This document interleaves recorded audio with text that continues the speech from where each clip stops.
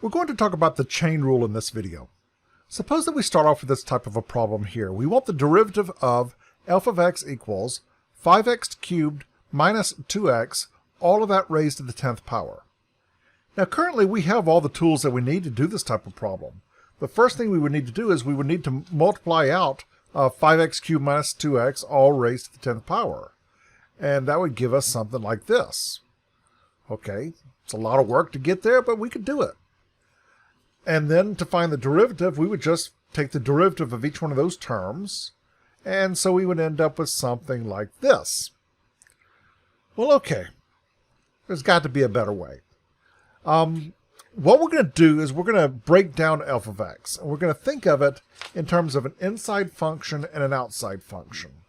Now the inside function, remember the function we're dealing with here, f of x equals 5x cubed minus 2x, all that raised to the 10th power.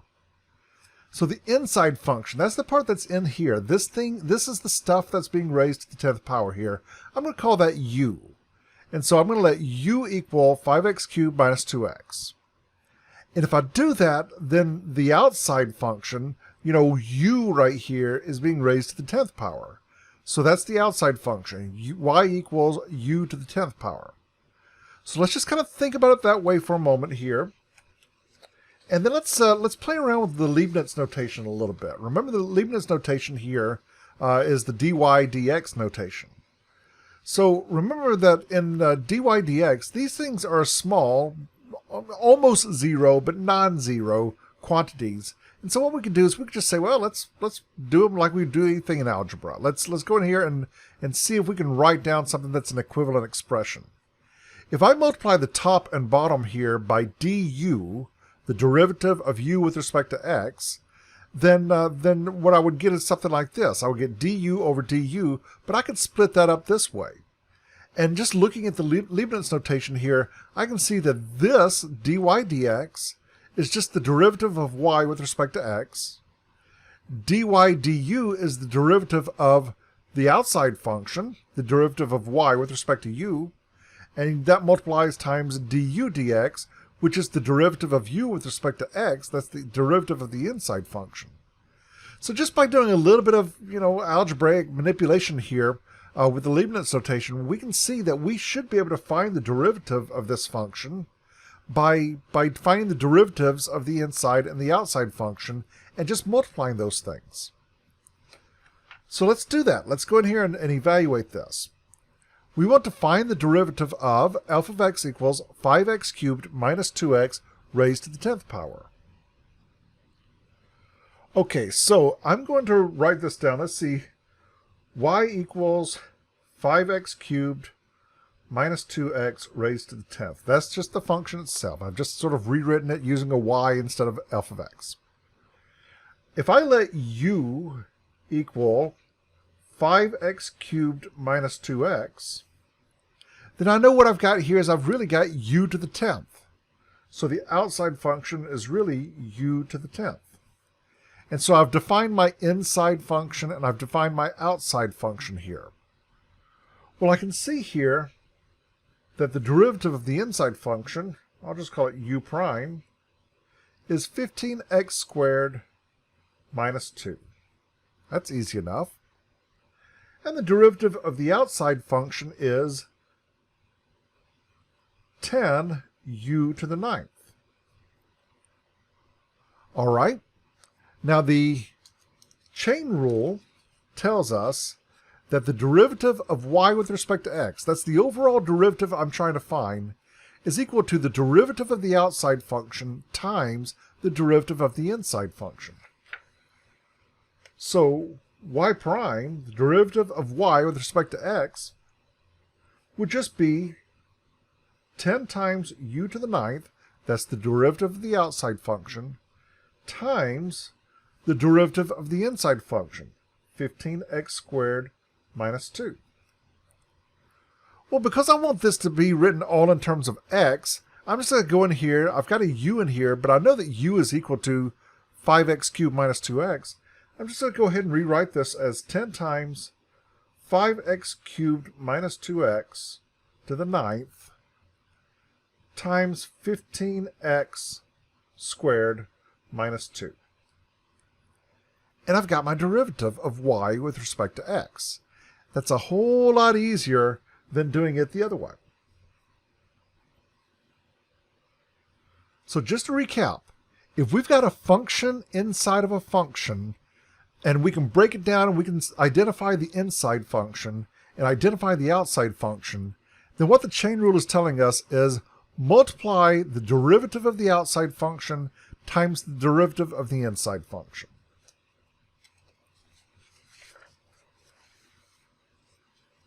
Okay, so let's do a few examples of this. We want to find the derivative here. Now I can see I've got an inside function, 4x squared minus 5x, and I've got an outside function. Okay, so I'm just going to call this part in here u for a moment, and the outside function would be 3u raised to the 7. So let's see if we can do this without actually writing out the u's and the y's and everything. Let's just see if we can just go straight to the answer. The outside function is this stuff raised to the 7th. Well, if we were going to do the derivative of that, I would bring the 7 out in front, and I would subtract the exponent by 6. I'm sorry, subtract the exponent by 1 to get 6. So it looks like that would give me 21, 4x squared minus 5x raised to the 6th. Now that's just the outside derivative part. Now I've got to multiply that by the derivative of the inside. The inside is 4x squared minus 5x. So let's see, the derivative of that part would give me 8x minus 5.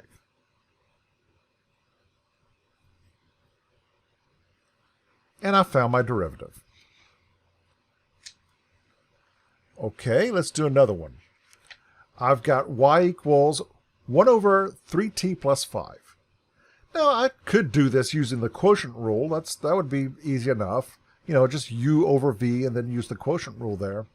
But maybe I could approach this in a slightly different way. Maybe I could write this as y equals 3t plus 5 raised to the negative 1. Well, in this, if I do this, then what I see is I've got a function inside another function. The inside function would be 3t plus 5. The outside function would be this stuff raised to the negative 1. And so the derivative would be the derivative of the outside function. So let's see, a negative 1 up here is an exponent. I'd bring that negative 1 out in front, and I would subtract the exponent by 1, so that would give me a negative 2. And I've now done the derivative of the outside function. But the chain rule says I got to multiply that by the derivative of the inside. So the inside is 3t plus 5. The derivative of that would be 3. And so I end up with, let's see, I've got a negative 1 times 3, which gives me a negative 3. This has got a negative exponent, so that's going to come downstairs.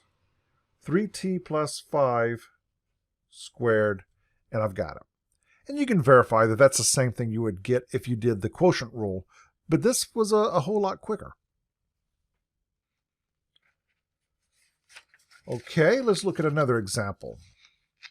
Here I've got g of x equals sine of 7x.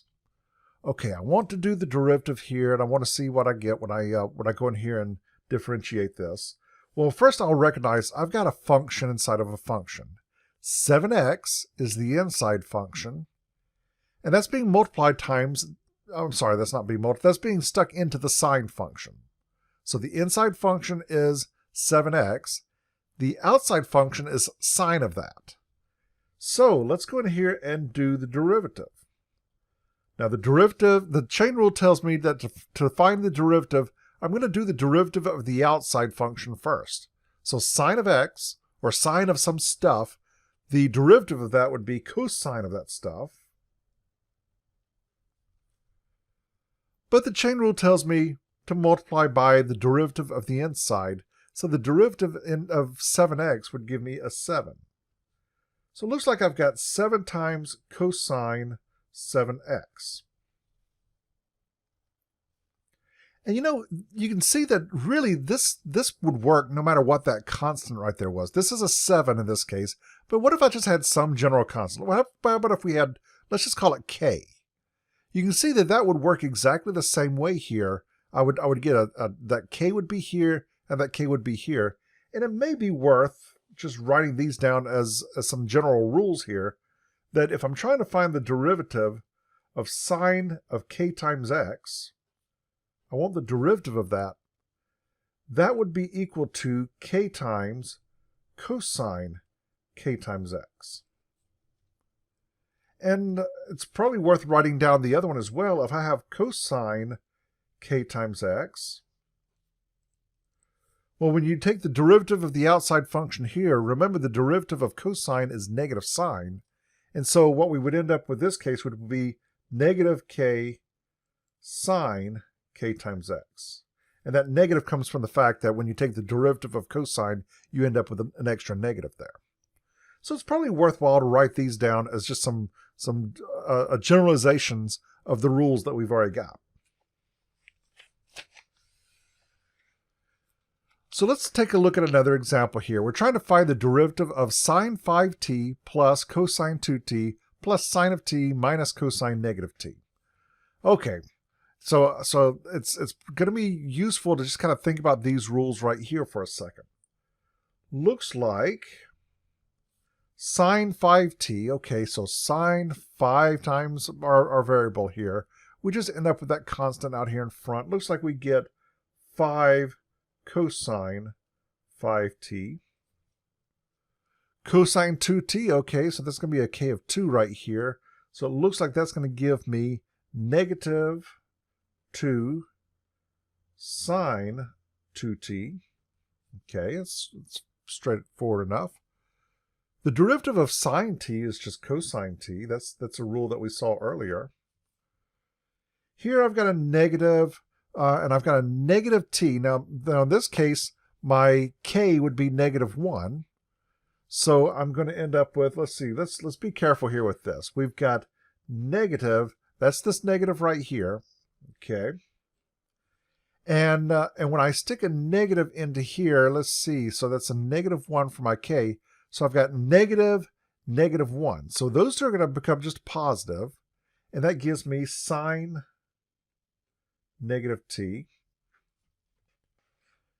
And so it looks like I end up with something like, I don't know, 5 cosine 5t minus 2 sine 2t plus cosine t minus sine negative t. And that's a perfectly good answer. Now there's one little thing I could do extra, and that is if you go back and remember from your trig that sine negative t is the same thing as negative sine t, and that's a trig identity, then we could do a little something right down here. It looks like this would just become positive sine t, right? Because you'd have an extra negative popping up. So we could rewrite this as 5 cosine 5t minus 2 sine 2t plus cosine t plus sine t. And I don't think that we could do a whole lot of anything else here with this.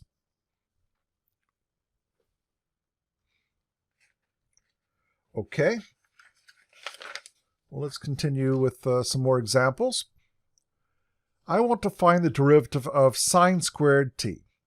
Now one thing here is when you write sine squared of t, you got to remember that this is really just sine of t whole thing squared. And in fact, I'm going to go ahead and write it that way. I'm just going to rewrite this is just sine of t, all of that squared. These are the same things. And I haven't done any derivatives yet. I just sort of wrote it down in an equivalent form. The reason I wanted to do that is because I can see a little bit more clearly here what the inside function is and what the outside function is. The inside function is just sine t. The outside function is this thing being squared. So when I do the derivative, I'm going to do the derivative of the outside. Okay, so the derivative of the outside, I've got something here squared. Well, I know the 2 just comes out in front, and I subtract the exponent by 1. So I get 2 sine t, and that's brought down to the first power, right there. I'll go ahead and write that down to the first power. And that's the derivative of the outside. Now the inside is sine t, and if I take the derivative of that, I get cosine t. So remember, we're using the chain rule here. I did the derivative of the outside times the derivative of the inside. And I end up with 2 sine t cosine t. All right, so we've got that down there to a form. That's your derivative.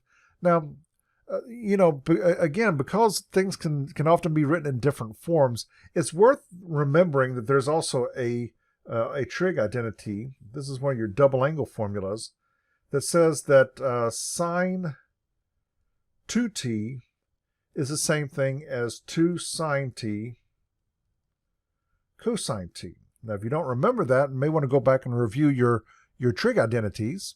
That's a pretty standard one there. Sine 2t is equal to this.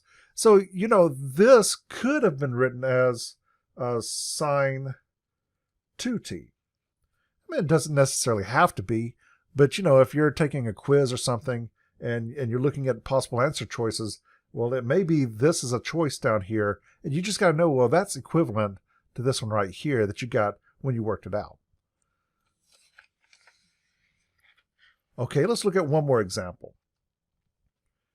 Here I've got h of x equals x over x plus 2, and all that's raised to the third power. Well, okay, so I see I've got an inside function, which is x over x plus 2, and I've got an outside function, which is this stuff raised to the third power. So I know I'm going to use my chain rule here. The outside derivative is pretty straightforward. The 3 comes out in front, subtracted down to a 2.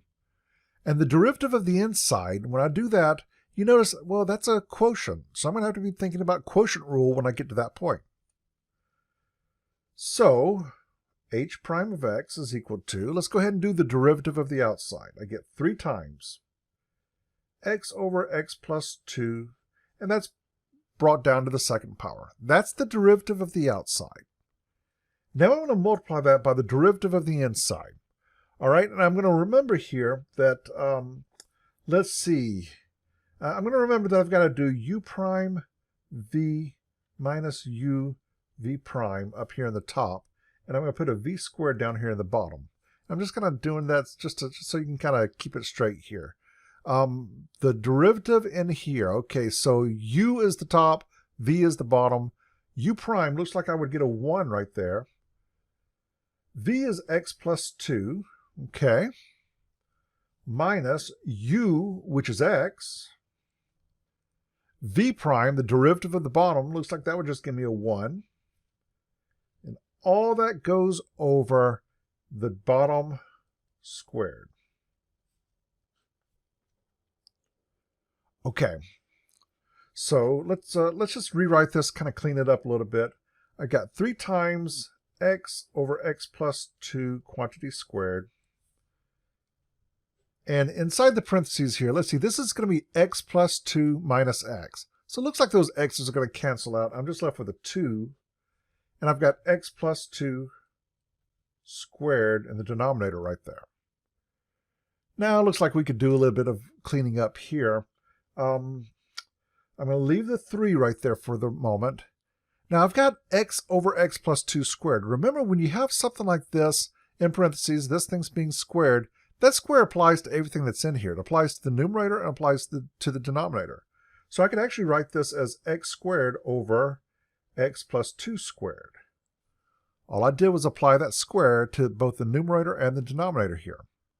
And then I'm going to write this part over here down. So let's see, I've got a 2 over x plus 2 squared. Okay, so, and remember this is 3 over 1, so that 3 is actually in the numerator there. So it looks like I've got 3 times x squared times 2. That's going to give me a 6x squared upstairs in the numerator. And in the denominator, I've got an x plus 2 squared and another x plus 2 squared. So when I multiply those, I get x plus 2 raised to the 4th power. And so that's going to be my answer for this one. Okay, so that's several examples here where we're using the chain rule to find derivatives. And these can get a little complicated when you start mixing in the chain rule and the quotient rule like we did here in this example. Sometimes we'll mix it in with the product rule. And so you just have to kind of watch out and remember what's your inside function, what's your outside function, at what stage are we doing what? Are we doing the derivative of the outside? Are we doing the derivative of the inside? And that'll lead you to the answer. Okay, good luck with it.